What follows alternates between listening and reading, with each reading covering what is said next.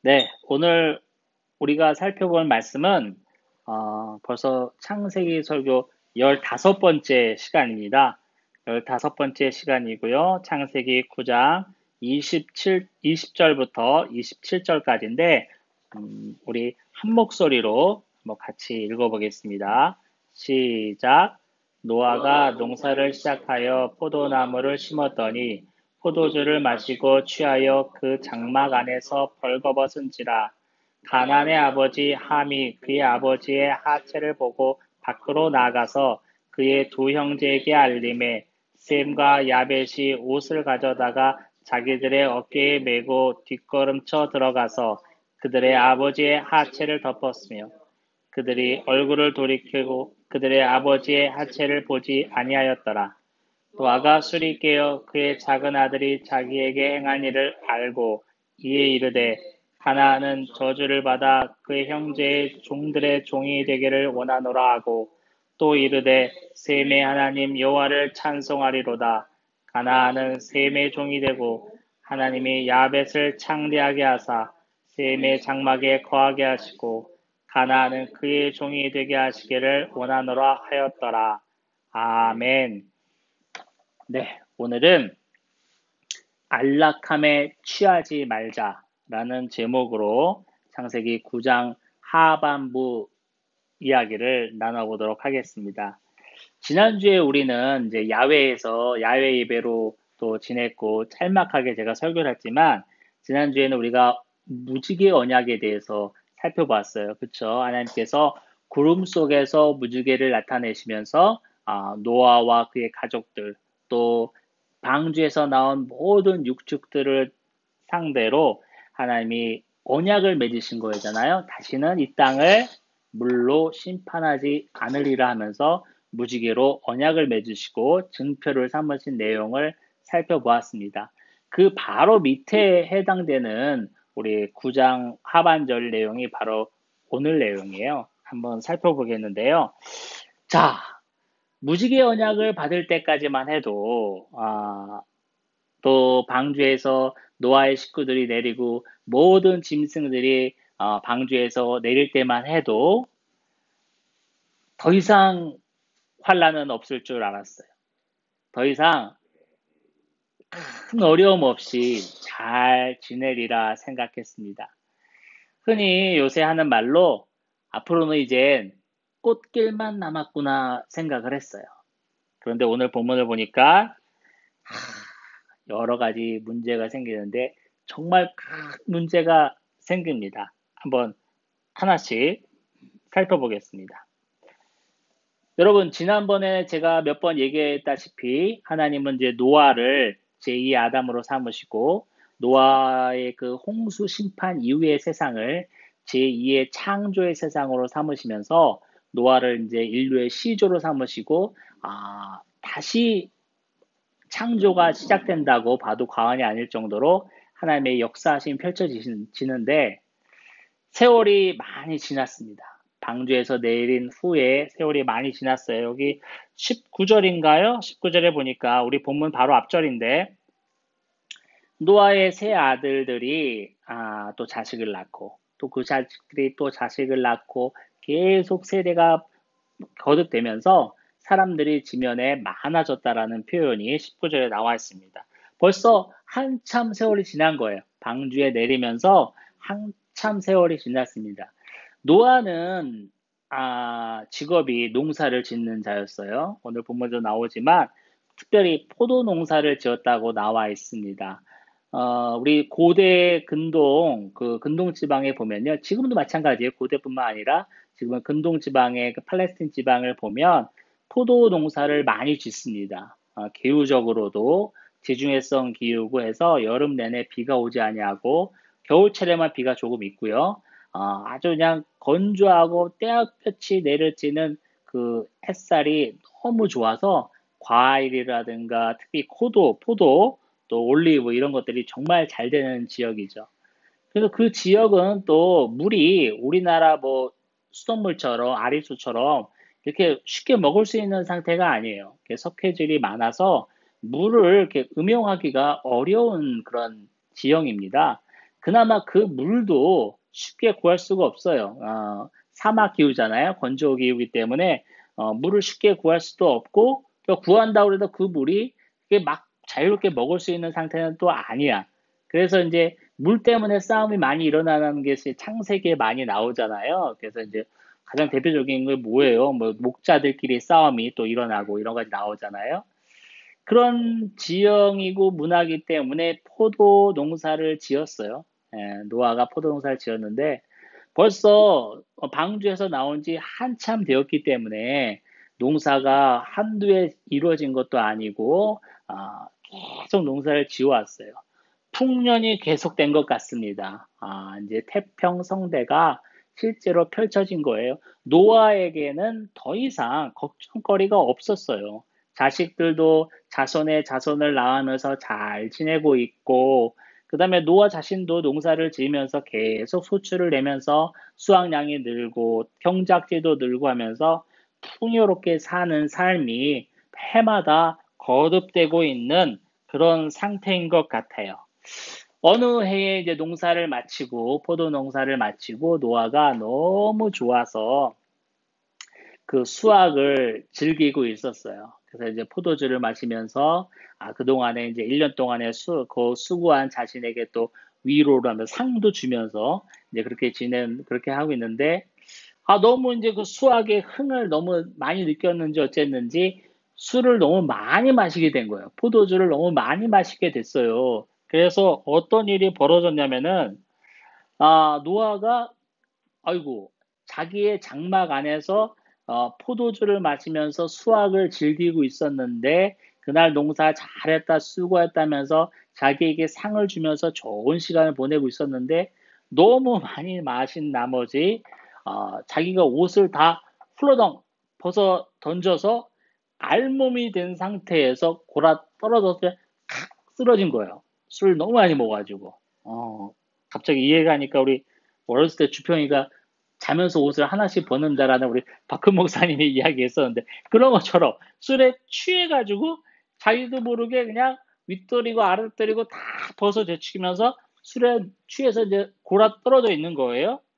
그랬는데 이거를 이제 어떻게 다냐면은 그 노아의 아들 중에 어, 함이 있습니다. 함이 이제 아버지가 한참 동안 장막에서 나오지 않으니까 아버지 뭐 하시지? 이러면서 아버지 장막 안에 들어간 거예요. 들어갔더니만 어떻게 하고 있어?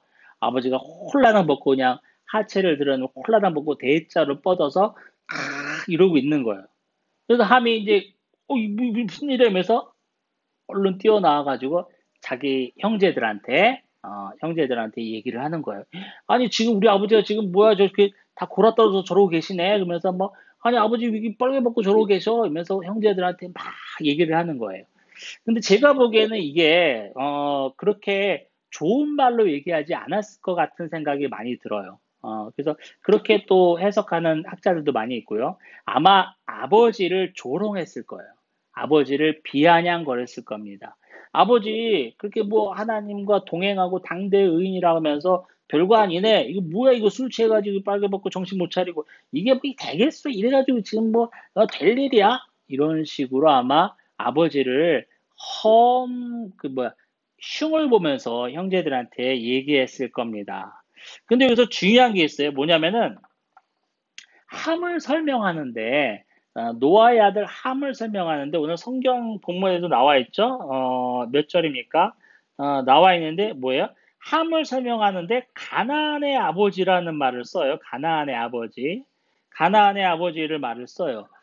우리가 그 대신 또 야곱의 다른 아들들은 그 손주들의 이름을 들먹거리면서 누구의 아버지라는 말을 안 쓰고 가나안의 아버지 함이 이렇게 했다라는 표현을 합니다. 이거는 성경 저자의 의도적인 기술이라 볼 수 있어요. 의도적으로 이렇게 썼다는 거지. 그냥 함이라고 하면 되는데 왜 여기서 나오지도 않은 노아의 입장에서 보면 손주잖아요. 손자잖아. 노아의 입장에서 보면 손자인데 벌써 한 대 건너가는 건데 왜 여기서 등장인물도 안 나와 있고 그 손주의 이름을 들먹거리면서 가나안의 함이 이러이러했다라고 기술을 했을까? 여기에는 우리 뒤에 나와 있는데 이런 일로 통해서 가나안이 이제 어, 저주를 받게 되잖아요. 형제들의 종이 된다라는 저주를 받게 되는데 그 가나안의 족속을 강조하게 해서 상기하기 위해서라고 생각할 수 있어요. 그 함의 아들 가나안은 후에 가나안 족속의 시조가 되니까요. 가나안 족속은 우리가 지난번에 여호수아를 살펴볼 때도 많이 나왔잖아요. 가나안 땅을 점령할 때 거기에 살고 있는 31개, 그렇죠. 베스킨 라빈스 31도 아니고 31개 족속들을 언급하면서 그들이 다 가나안 족속이잖아요. 그 가나안 족속들이 앞으로 이스라엘과 역사를 숱한 역사를 같이 하면서 이스라엘의 적이 되고 가나안 때문에 이스라엘의 발목이 잡히는 일이 얼마나 많이 펼쳐집니까? 그것을 떠올리게 하는, 예를 들면 소설로 치면 뭐라 할까요? 복선을 깔았다거나 할까? 이런 뜻으로 굳이 함이라고 설명해도 되는데 가나안의 아버지라고 표현하지 않았을까라는 생각을 해봅니다. 자, 아무튼 형제들이 얘기를 들었어요. 아버지가 술에 취해서 지금 대자로 뻗어가지고 뼈가 보고 있다라고 얘기를 들었어요. 그래서 그 형제들이 그 형제들은 달라요. 그 형제들은 누구죠? 셈과 야벳인데 23절에 나와 있잖아요. 옷을 가져다가 자기 어깨에 메고 뒷걸음질 쳐서 아버지 곁에 간 다음에 아버지의 하체를 덮고 덮은 다음에는 또 그들이 얼굴을 돌리면서 또 아버지의 하체를 보지 않기 위하여 얼굴을 돌이키면서 이제 장막으로 나왔다는 이야기가 나와 있습니다. 함과는 아주 대조적인 나머지 두 형제의 행동입니다. 여기서 우리가 생각할 때, 목사님, 아니, 같은 남자고 아들인데, 우리 대중탕에 가면 뭐, 아버지 아들이 같이 뭐, 벌거벗고 목욕도 하는데, 아니, 아버지의 무슨 하체를 본다는 게, 그게 뭐, 얼마나 그게 뭐 대단한 거길래 뭐 이런 일이 펼쳐집니까? 질문할 수가 있어요. 아주 좋은 질문입니다. 근데 여기서 우리가 봐야 될 게 뭐냐면, 이 하체라는 말을 우리가 유심히 한번 생각해 봐야 돼요.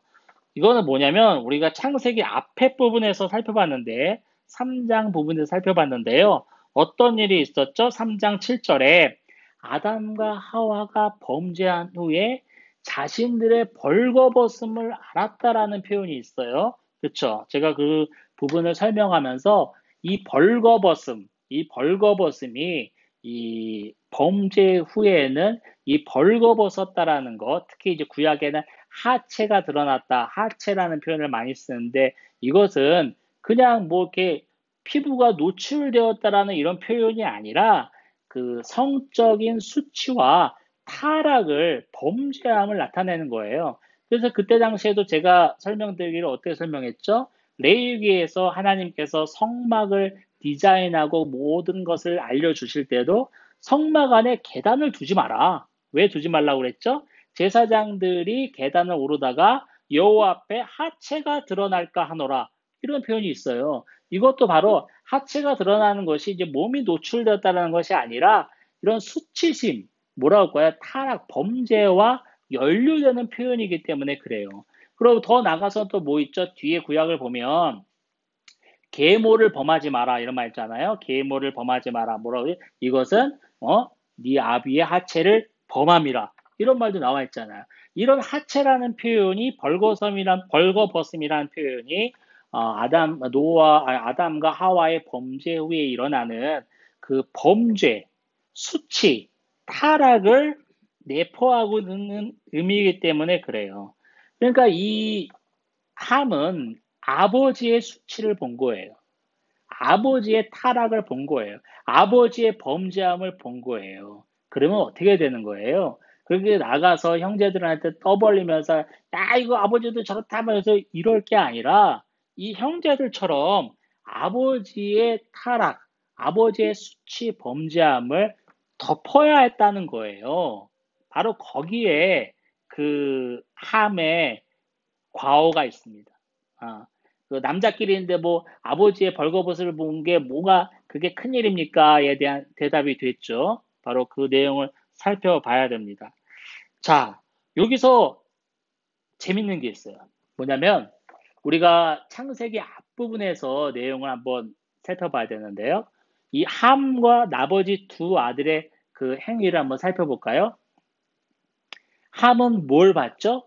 아버지의 벌거벗은 하체를 보았어요. 하체를 봄으로 큰 죄를 짓게 된 거죠. 우리가 창세기 앞에서 뭘 봤습니까? 하와가 선악을 알게 하는 나무의 실과를 봤어요. 그걸 봤기 때문에 죄에 넘어갔습니다. 보암직도 하고 먹음직도 하고 탐스럼직도 한 그 과실을 하와가 봄으로 범죄하게 되었어요. 오늘 함도 아버지의 그 벌거벗은 하체를 봄으로 범죄하게 됩니다. 이 보다는 게 되게 중요해요. 이 본문이 지금 상당히 아까 3장이고 이건 9장이니까 한 6장 정도 떨어져 있는데도 평행을 이룬다고 볼 수 있어요. 보다라는 동사를 똑같이 사용함으로써 앞부분에 아담과 하와의 범죄함이 바로 오늘 본문과 평행을 이룬다는 것을 우리가 생각할 수 있고요. 반면에 나머지 두 아들은 어떻게 했어요? 아버지의 하체를 보지 아니하고 봤으면 또 범죄했을 텐데 보지 않기 위하여 뒷걸음질 치고 나올 때도 고개를 돌리면서 나오면서 그들이 어떻게 했어요? 아버지의 벌거벗음을 덮었어요. 그렇잖아요. 옷을 어깨에 메고 간 그 어깨에 메고 들고 간 옷으로 아버지를 덮었잖아요.